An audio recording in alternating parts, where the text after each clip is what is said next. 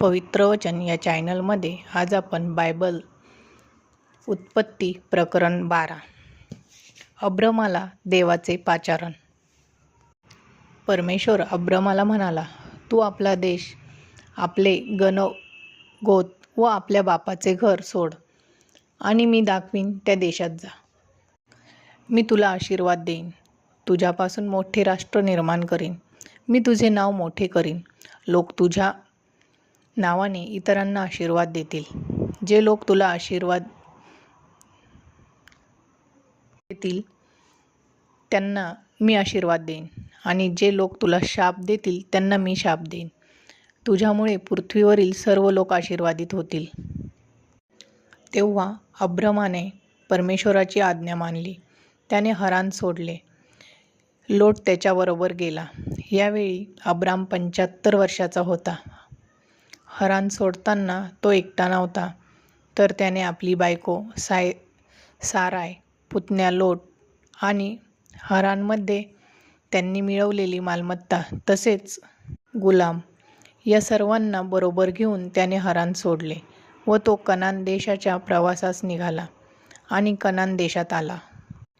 Abram Canaan देशातून प्रवास करीत शाखेम गावाला आला आणि मोरेच्या मोठ्या वृक्षापर्यंत गेला. या काळी त्या देशात कनानी लोक राहत होते. परमेश्वर अब्रामास दर्शन देऊन म्हणाला, हा देश मी तुझ्या वंशजांना देईन. ज्या जागेवर परमेश्वराने अब्रामाला दर्शन दिले त्या जागी त्याने परमेश्वराची उपासना करण्यासाठी एक वेदी बांधली. मग अब्राम तेथून निघाला आणि प्रवास करीत तो बेथेलच्या पूर्वेस डोंगराळ भागात पोहोचला व त्याने तेथे एक तळ दिला.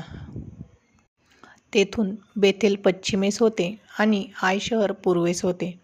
तेथे त्याने परमेश्वरासाठी दुसरी वेदी बांधली आणि देवाची उपासना केली. त्यानंतर अब्राम पुन्हा पुढच्या प्रवासास निघाला व नेगेमकडे गेला. अब्रामाचे नीरज देशात वास्तव्य. त्या काळी त्या प्रदेशात मोठा दुष्काळ पडला. तेथे पाऊस पडला नाही आणि अन्नधान्य उगवले नाही. म्हणून अब्राम मिरसमध्ये राहण्यास गेला. आपली बायको साराय फार सुंदर आहे असे अब्रामाने पाहिले. तेव्हा मिसर देशाच्या हद्दीत शिरण्यापूर्वी अब्राम साराईला म्हणाला, मला माहीत आहे की तू अतिशय सुंदर व रूपवान स्त्री आहेस. म्हणून मिसरचे लोक जेव्हा तुला पाहतील तेव्हा ते म्हणतील, ही त्याची बायको आहे, आणि मग तुझ्यासाठी ते मला मारून टाकतील. जर तू माझी बहीण आहेस असे तू लोकांस सांग, म्हणजे मग ते मला मारणार नाहीत. ते माझ्यावर दया करतील. अशा रीतीने तू माझा जीव वाचवशील. मग अब्राम मिसर देशात गेला. तेथील लोकांनी पाहिले की साराय ही फार सुंदर स्त्री आहे. मिसरच्या राजवाड्यातील सरदारांनी सारायला पाहिले व त्यांनी आपला राजा फरो यांच्याजवळ तिच्या सौंदर्याची वाखाणणी केली आणि त्यांनी तिला राजाच्या घरी नेऊन ठेवले. अब्राम सारायाचा भाऊ आहे असे समजल्यावर फरो राजाने त्याजवर दया केली व त्याला मेंढरे, गुरेढोरे व गाढवे दिली. तसेच अब्रामाला दास व दासी व उंटही मिळाले. अब्रामाची बायको साराय हिला फरोने नेले, म्हणून परमेश्वराने फरो व त्याच्या घरातील लोकांना भयंकर रोगाची पीडा भोगावयास लावली. तेव्हा फरोने अब्रामास बोलविले व तो म्हणाला, तू माझ्याबाबत फार वाईट गोष्ट केली.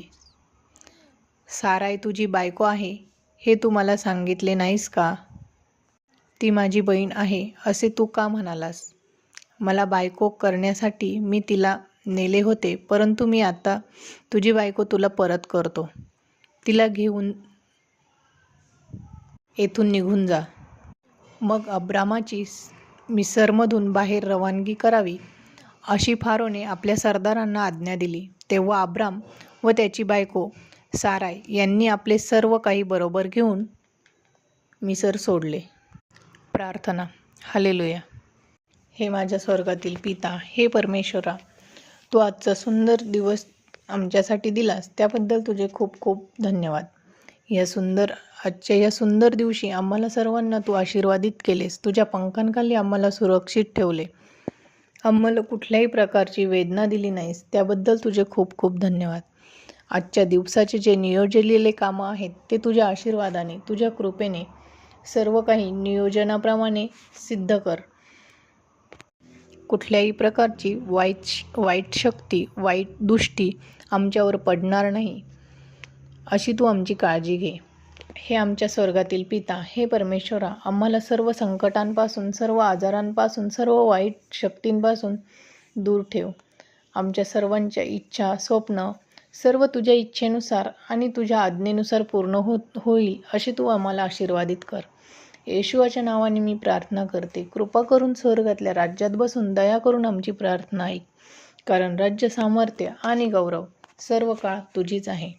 ॲमेन, ॲमेन. धन्यवाद.